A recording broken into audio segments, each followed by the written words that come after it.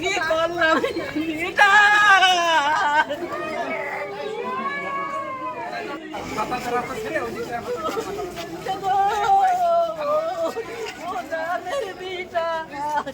মেহেরপুরের গাংনী উপজেলার চাঁদপুর গ্রামে ৯ বছর বয়সী শিশু ধর্ষণের অপরাধে শাকিল হোসেন নামের এক যুবককে মৃত্যুদণ্ড দিয়েছে আদালত। আজ রোববার দুপুরে মেহেরপুর বিজ্ঞ শিশু সহিংসতা দমন ট্রাইব্যুনালের বিজ্ঞ বিচারক তাজুল ইসলাম এই দণ্ড ঘোষণা করেন। ২৯ কার্যদিবসের মধ্যে ধর্ষণ মামলার রায় ঘোষণা দেশের মধ্যে এটাই প্রথম। আইন অনুযায়ী ২৯ কার্যদিবসের মধ্যে রায় ঘোষণার নির্দেশনা রয়েছে।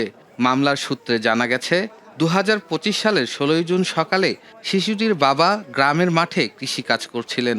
বাবার জন্য সকালের খাবার নিয়ে মাঠে যাচ্ছিল ওই শিশু। এ সময় মাঠে ঘাস কাটছিল চাঁদপুর গ্রামের শাকিল হোসেন। শিশুটিকে একা পেয়ে ধর্ষণ করে শাকিল। শাকিলের হাত থেকে ছাড়া পেয়ে কান্নাকাটি করতে করতে বাবার কাছে পৌঁছায় ওই শিশু। ওই দিনই শিশুটিকে হাসপাতালে ভর্তি এবং গাংনী থানায় শাকিলের বিরুদ্ধে ধর্ষণ মামলা দায়ের করে শিশুটির পিতা। রায় ঘোষণাকালে আসামি শাকিল হোসেন আদালতে উপস্থিত ছিল।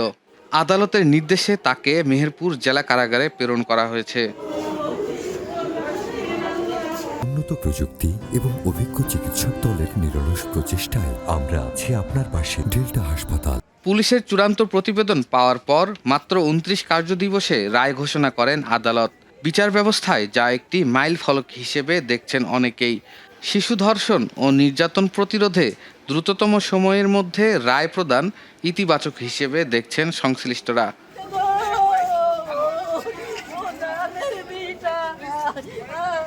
মামলায় রাষ্ট্রপক্ষের আইনজীবী ছিলেন নারী ও শিশু নির্যাতন দমন ট্রাইব্যুনালের পাবলিক প্রসিকিউটর তুহিন অরণ্য।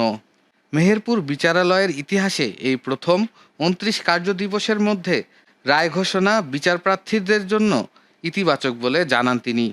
আমিষাকে ধর্ষণ পরবর্তী হত্যাকাণ্ডের ঘটনা নিয়ে সারা দেশে যখন একটা উদ্বেগ পরিস্থিতি, মেহেরপুর একটি শিশুকে ধর্ষণের অপরাধের মামলায় আসামি শাকিল হোসেনকে বিজ্ঞ আদালত মৃত্যুদণ্ড রায় ঘোষণা দিয়েছে। সেই সাথে ৩ লক্ষ টাকা জরিমানা, অনাদায়ে আরও ১ বছর জেল।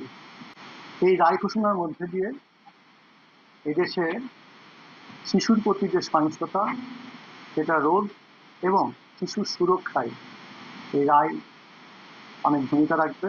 যদি আমি বলি তাহলে একটা ৯ বছরের মেয়ে ধর্ষণের শিকার হয়েছে, এটা কোনো অর্থেই এটা সমর্থন করা যায় না। কিন্তু যেহেতু একজন আইনজীবী হিসাবে আমি এই মামলার আসামি পক্ষে লড়েছিলাম মামলাটায়, তা আমার মনে হয়েছিল এই মামলাতে কিছু ত্রুটি আছে, যে ত্রুটিটা বিজ্ঞ আদালত তার বিবেচনায় নিতে পারতেন, আবার বিজ্ঞ আদালত বিবেচনায় নাও নিতে পারতেন। না নিলেও এটা উচ্চ আদালতে এই মামলার যে ত্রুটিগুলো আছে সেই ত্রুটিগুলো উচ্চ আদালত অবশ্যই স্ক্যান করবে, বিবেচনা করবে এবং তখন এই মামলা থেকে এই আসামি সম্পূর্ণ নির্দোষে খালাস হবে। কারণ এই মামলায় খুব বড় ধরনের কিছু ত্রুটি, ঘটনাস্থলের বর্ণনা, ডিএনএ টেস্ট, এইসব কিছুই হয়। যে বেনিফিট আমরা উচ্চ আদালতে পাবো, কিন্তু এই বিজ্ঞ আদালতে এখানে বর্তমান দেশের আর্থসামাজিক বাস্তবতা এবং সারা দেশব্যাপী যে একটা মহামারী আকারে ধর্ষণের একটা নোংরা প্রতিযোগিতা চলছে, মানুষের বিকৃত মানসিকতার পরিচয় দিচ্ছে, সেইটার ক্ষেত্রে বিজ্ঞ আদালত এটা একটা দৃষ্টান্তমূলক শাস্তি দিয়ে হিসাবে সামনে দাঁড় করেছে, যেটা বিজ্ঞ আদালত আজকে জাজমেন্ট ঘোষণার সময় বলেছে দেশের প্রাসঙ্গিক বাস্তবতাও আমার এই সিদ্ধান্ত নিতে সাহায্য করেছে। আইনজীবী হিসাবে তো আমি অবশ্যই এটা যেহেতু অ্যাপিলেবল অর্ডার, যেহেতু এই যে কোনো ডেথ সেন্টেন্স অবশ্যই আগে হাইকোর্টের অনুমোদন হতে হবে। বিজ্ঞ আদালত নিজেও বলেছেন যে আমাদের আদালত সিদ্ধান্ত চূড়ান্ত না, যেহেতু ডেথ প্রেফারেন্সের সিদ্ধান্ত দেওয়া হয়েছে, কাজেই এটা অবশ্যই মহামান্য হাইকোর্ট থেকে অনুমোদন হবে। অনুমোদন হওয়া সাপেক্ষে এটা কার্যকর করার প্রশ্ন উঠবে। সেক্ষেত্রে আমরা জেল আপিলের প্রভিশন আছে, বিজ্ঞ আদালত আসামি পক্ষকে একটা ফ্রি মামলার সমস্ত নথির একটা কপি, সার্টিফাইড কপি প্রদান করছেন, যাতে তার ব্যক্তিগতভাবে যদি তিনি আপিল করতে চান তাহলে সেই আপিলও যেন তিনি করতে পারেন। অবশ্যই এই পক্ষে আমাদের আসামি পক্ষ থেকে মামলাটা আমরা মহামান্য হাইকোর্টে আপিলে যাব। মেহেরপুর থেকে উম্মে ফাতেমা রোজিনার পাঠানো তথ্য চিত্রে ডেস্ক রিপোর্ট, এটিএন বাংলা।